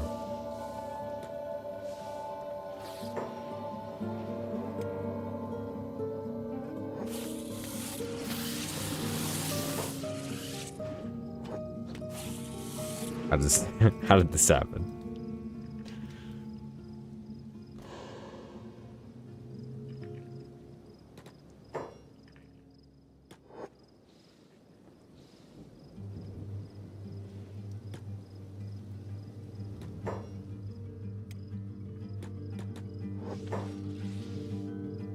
We're doing it, though. Clearing the main floor. Just a little bit of pest control. Boom. Come on. Just don't hit my chest, whatever you do. What is the heavy weapons at, is the question.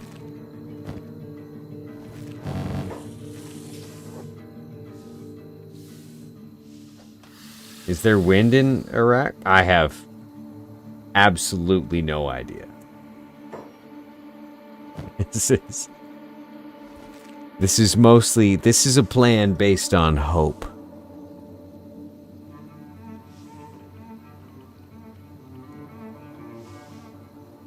Okay. Let's get the cow now. Oh, the cow is inside. Perfect. Put down the cow, heal the cow. That guy's still alive? Nah, I think they're all dead. Ooh, he's in a recovery coma.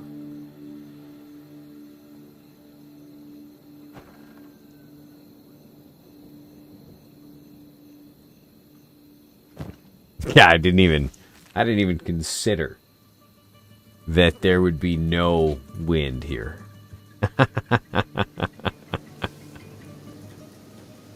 Let's see if I can build this from my staircase so nobody attacks me. No, don't get crazy. Close the door. No, let's just close this, please. Yep, close. Not happening. There we go. Okay. Wow. First, I guess we'll make our skeleton repair bed.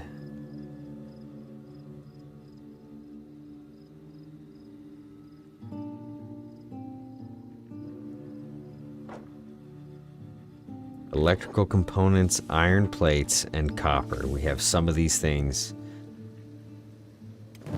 right now.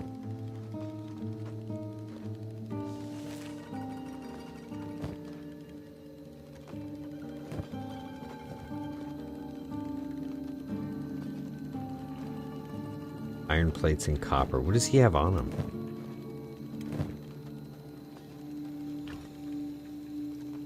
There's some iron plates. There's some copper.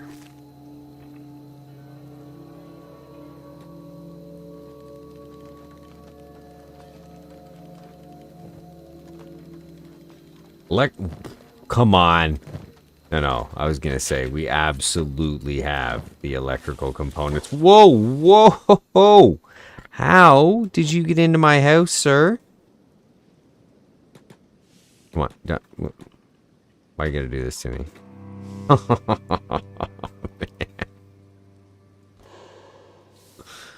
Excuse me while I'm glitched out behind my bed. Thank you.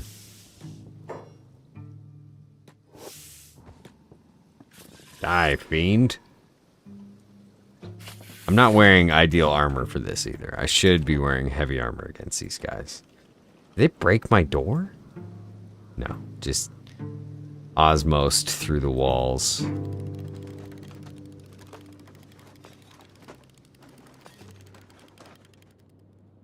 You have more electrical components. Come on, get in there. All right. Nice. Skeletal bed done.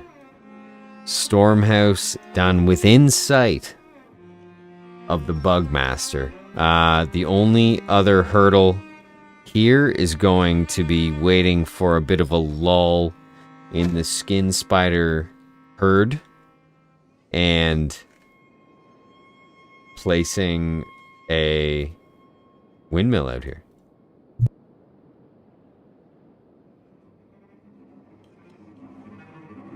But I think we have just passed the 2-hour mark. That's where we're going to call it.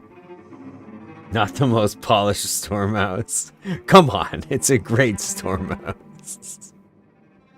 Little bit of an angle. If you've ever slept on an angle, it would suck. But thankfully, this guy's a skeleton. Little update on our stats. Heavy weapons now the highest stat we have. Strength almost 70, which is insane. It's gone up quite a bit. Toughness approaching 90. I think we got 2 or 3 points this play. Dexterity, whatever. It's doing all right.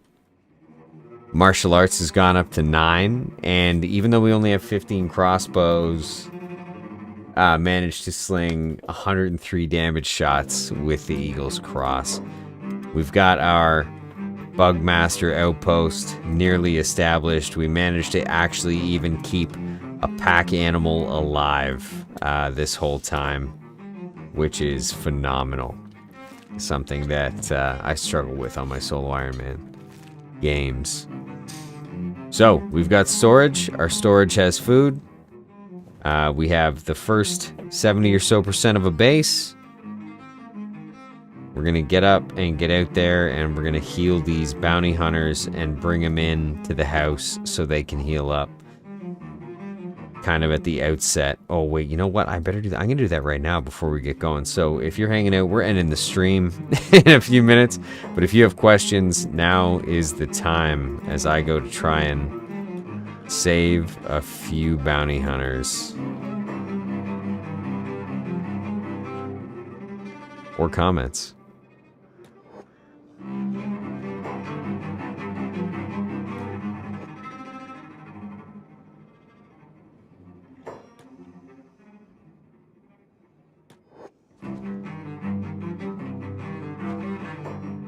Okay, we have put this guy down in our house. Bounty hunter, we're going to first aid him. Any ally is a good ally. Says he's being eaten alive. Thankfully, we know better. We're going to try to get this dog in here as well. And I saw another bounty hunter out here. A lot of these guys are missing limbs, though, or have already been eaten.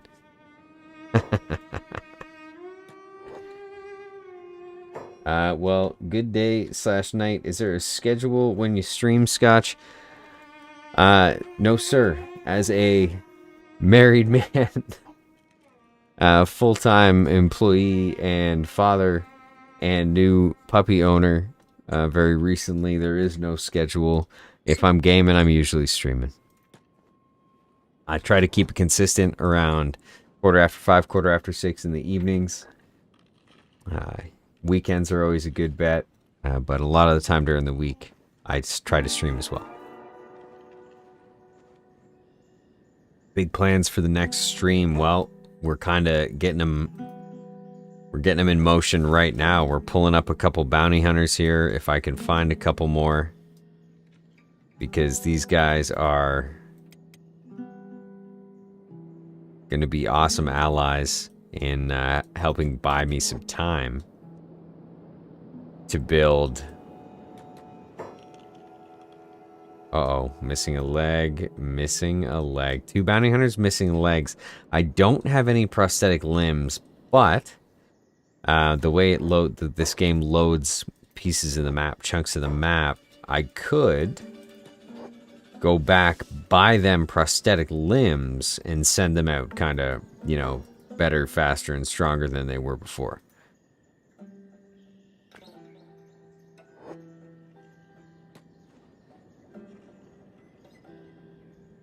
Okay, we're splinting everybody as well. Okay, so far we've got a bone dog, one bounty hunter here, one bounty hunter here. Now this bounty hunter is starving to death. So another thing we're gonna do is give him. I go to loot here and I put this inside. He should eat that, I think. Yeah, there you go. Hunger is based turned forwards now. Okay, so he's not gonna die of hunger anytime soon, and neither is the dog. He just ate dried meat to give his hunger a boost. So you can feed NPCs, in case you were not aware.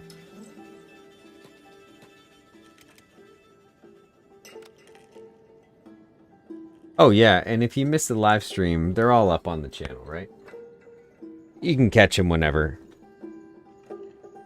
You can also hop in the Discord, which is on the posts or community tab. I have no idea what YouTube calls it anymore. There's a link to the Discord in one of the earlier posts. It's not super active, but it's another layer of alert. Like it'll just send you a message on Discord or whatever when it tags you when I'm going live.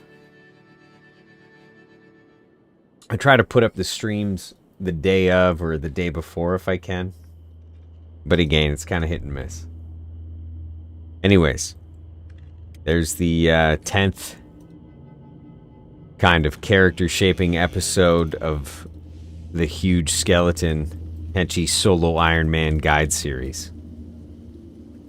If you have any questions or comments, comment after the video uploads, and I do my best to answer all of them. Thanks everybody for hanging out, and I hope to see you on the next one. Take care.